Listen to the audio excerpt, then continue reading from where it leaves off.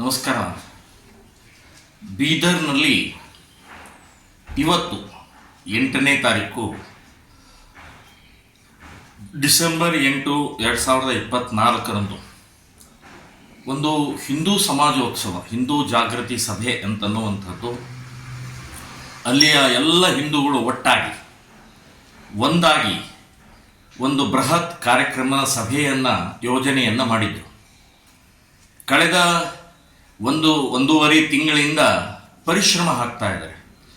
ಹಳ್ಳಿಗೆ ಗ್ರಾಮಕ್ಕೆ ಹೋಗಿ ಜಾಗೃತಿ ಸಭೆಯನ್ನು ಮಾಡಿ ಈ ಬೀದರ್ ನಗರದ ಸಭೆ ಯಶಸ್ವಿ ಮಾಡೋಕ್ಕೋಸ್ಕರ ಎಲ್ಲ ಕಡೆಗೆ ಪ್ರವಾಸ ಮಾಡಿ ಖರ್ಚು ವೆಚ್ಚವನ್ನು ಮಾಡಿ ಶಾರೀರಿಕ, ಮಾನಸಿಕ, ಆರ್ಥಿಕವಾಗಿ ಪರಿಶ್ರಮ ಹಾಕಿದ್ದಾರೆ. ಸೊ ಅಂಥ ಕಾರ್ಯಕ್ರಮವನ್ನು ನಿರ್ಲಜ್ಜ ಕಾಂಗ್ರೆಸ್ ಸರ್ಕಾರ ಯಥಾ ಪ್ರಕಾರ ಮುಸ್ಲಿಂ ಓಲೈಕೆಗೋಸ್ಕರ ಇವತ್ತಿನ ಬೃಹತ್ ಸಭೆಯನ್ನು ಬ್ಯಾನ್ ಮಾಡಿದರು. 144 ಹಾಕಿದ್ದಾರೆ. ಅದಲ್ಲದೆ ನನ್ನನ್ನು ಸೇರಿಸಿ, ನಾನು ಪ್ರಮೋದ್ ಮುತಾಲಿಕ್, ಶ್ರೀರಾಮ್ ಸೇನೆ ರಾಷ್ಟ್ರೀಯ ಅಧ್ಯಕ್ಷನನ್ನು ಸೇರಿಸಿ ಮಾಧವಿ ಲತಾ, ದುರ್ಗೆಯ ಅವತಾರ ಆದಂಥ, ಹಿಂದೂ ಸಮಾಜಕ್ಕೆ ಬಹಳ ದೊಡ್ಡ ಆಧಾರ ಆದಂಥ OIC ಅನ್ನುವಂಥ ಒಬ್ಬ ದೇಶದ್ರೋಹಿಯ ವಿರುದ್ಧ ಇಲೆಕ್ಷನ್ನಲ್ಲಿ ನಿಂತಂಥ ಒಬ್ಬ ಮಹಿಳೆ, ಧೀರ ಮಹಿಳೆ ಮಾಧವಿ ಲತಾ ಅವರು ಕೂಡ ಈ ಕಾರ್ಯಕ್ರಮಕ್ಕೆ, ಇವತ್ತಿನ ಕಾರ್ಯಕ್ರಮಕ್ಕೆ ಬರೋರಿದ್ದರು. ಪೂನಾದಿಂದ ಇನ್ನೊಬ್ಬ ಮಹಿಳೆ, ಅತ್ಯಂತ ಪ್ರಖರ ವಾಗ್ಮಿಯಾದಂಥ, ಹಿಂದೂ ಸಮಾಜವನ್ನು ಜಾಗೃತಿ ಮೂಡಿಸ್ತಾ ಇರುವಂಥ, ಸೊ ಆ ಮಹಿಳೆ ಕೂಡ ಇವತ್ತಿನ ದಿನದಲ್ಲಿ ಬರೋರಿದ್ದರು.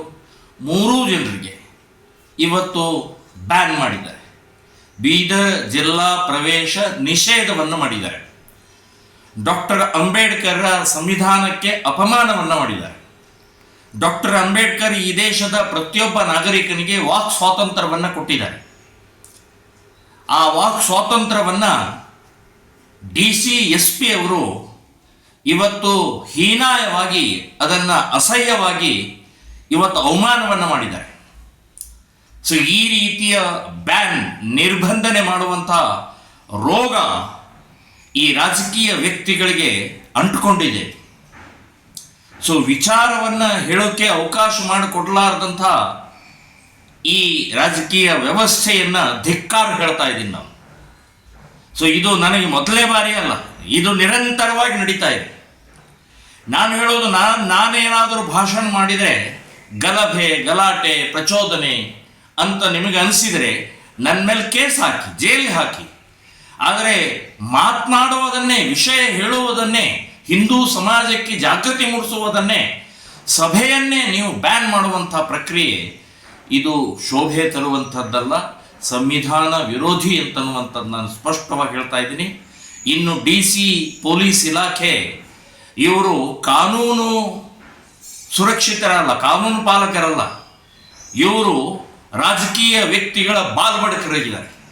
ಅಲ್ಲಿಯ ಕಾಂಗ್ರೆಸ್ ಯಾರು ಇವತ್ತಲ್ಲಿ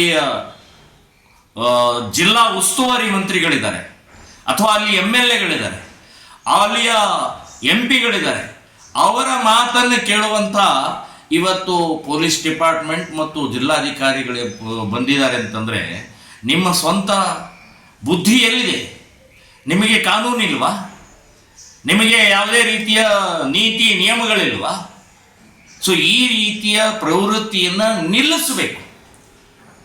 ನಮ್ಮ ಮೇಲೆ ಕೇಸ್ ಹಾಕಿ, ಗಲ್ಲು ಶಿಕ್ಷೆ ಕೊಡಿ ನೀವು. ಆದರೆ ನೀವು ಪ್ರಚೋದನಕಾರಿ ಭಾಷಣ ಮಾಡ್ತಾರೆ ಅಂತ ಹೇಳಿ ನೀವೇ ಊಹೆ ಮಾಡಿ ನೀವೇ ಇವತ್ತು ಈ ರೀತಿಯ ಸಂವಿಧಾನ ವಿರೋಧಕರಾದರೆ ಎಲ್ಲಿ ಹೋಗೋದು? ಸೊ ಇದನ್ನು ನಾವು ಕೋರ್ಟಿಗೆ ಚಾಲೆಂಜ್ ಮಾಡ್ತೀವಿ. ನಿಮ್ಮಿಬ್ಬರನ್ನು ನಾವು ಜೈಲು ಹಾಕುವವರೆಗೆ ಬಿಡುವುದಿಲ್ಲ ಅಂತನ್ನುವಂಥದ್ದು ನಾನು ಹೇಳ್ತಾ ಇದ್ದೀನಿ. ಇದು ಶೋಭೆ ತರುವಂಥದ್ದಲ್ಲ, ಇದು ನಿರಂತರವಾಗಿ ನಡೀತಾ ಇರುವಂಥದ್ದಕ್ಕೆ ಎಲ್ಲಾದರೂ ತಡೆ ಒಡ್ಲೇಬೇಕಾಗಿದೆ. ಸೊ ನೀವು ಪ್ರಚೋದನಕಾರಿ ಅಂತನ್ನುವಂಥದ್ದಕ್ಕೆ ವ್ಯಾಖ್ಯಾನ ಕೊಡಿ. ಏನು ಪ್ರಚೋದನಕಾರಿ? ಪಾಕಿಸ್ತಾನ್ ಜಿಂದಾಬಾದ್ ಅಂತ ಹೇಳಿದರೆ ಅದನ್ನು ವಿರೋಧ ಮಾಡಬಾರ್ದ? ಗೋಹತ್ಯೆ ನಿಷೇಧ ಕಾನೂನು ಇದ್ದಾಗಲೂ ಕೂಡ ಗೋಹತ್ಯೆ ಮಾಡಬೇಡಿ ಅದನ್ನು ವಿರೋಧ ಮಾಡಿದರೆ ಪ್ರಚೋದನಕಾರಿ ಆಗತ್ತಾ? ನಮ್ಮ ಹಿಂದೂ ಹುಡುಗಿಯರನ್ನ ಪ್ರೀತಿ ಪ್ರೇಮದಲ್ಲಿ ಇವತ್ತು ಜಾಲ ಮಾಡಿ ಇವತ್ತು ಲವ್ ಜಿಹಾದಲ್ಲಿ ತೊಡಗಿಸಿದ್ರೆ ಅದನ್ನು ವಿರೋಧ ಮಾಡಿದರೆ ಅದು ಪ್ರಚೋದನಕಾರಿ ಆಗುತ್ತಾ? ಸೊ ಈ ರೀತಿಯ ದೇಶದ ಹಿತಕ್ಕೋಸ್ಕರ ಜಾತಿ, ಮತ, ಪ್ರಾಂತ, ಭಾಷೆ, ಪಕ್ಷ ಭೇದ ಇಲ್ಲದೆ ನಾವೆಲ್ಲ ಹಿಂದೂ, ನಾವೆಲ್ಲ ಒಂದು ಭಾರತ ಮಾತೆಯ ಮಕ್ಕಳು ಅನ್ನುವಂಥ ಆ ವಿಚಾರಧಾರೆ ಹೇಳಕ್ ಕೂಡ ನೀವು ತಡೆ ಮಾಡ್ತೀರಿ ಅಂತಂದ್ರೆ ನೀವು ಜಾತಿವಾದಿಗಳು, ನೀವು ಕೋಮುವಾದಿಗಳು, ನೀವು ದ್ರೋಹಿಗಳು ಅಂತನ್ನುವಂಥದ್ದು ನಾನು ಹೇಳ್ತಾ ಇದ್ದೀನಿ. ಸೊ ಇದನ್ನು ನಾವು ಕೋರ್ಟಿಗೆ ಚಾಲೆಂಜ್ ಮಾಡ್ತೀವಿ ಅಷ್ಟೇ ಅಲ್ಲ, ಇಡೀ ಸಮಾಜಕ್ಕೆ ನಿಮ್ಮ ಏನು ನೀತಿ ನಿಯಮ ಬಾಲು ಬಡಕತನ ಇದೆಯಲ್ಲ ಇದನ್ನು ಬಟ್ಟ ಬಯಲ ಮಾಡ್ತೀವಿ ಅಂತನ್ನುವಂಥದ್ದು ಈ ಸಂದರ್ಭದಲ್ಲಿ ಹೇಳ್ತಾ ಇದ್ದೀನಿ.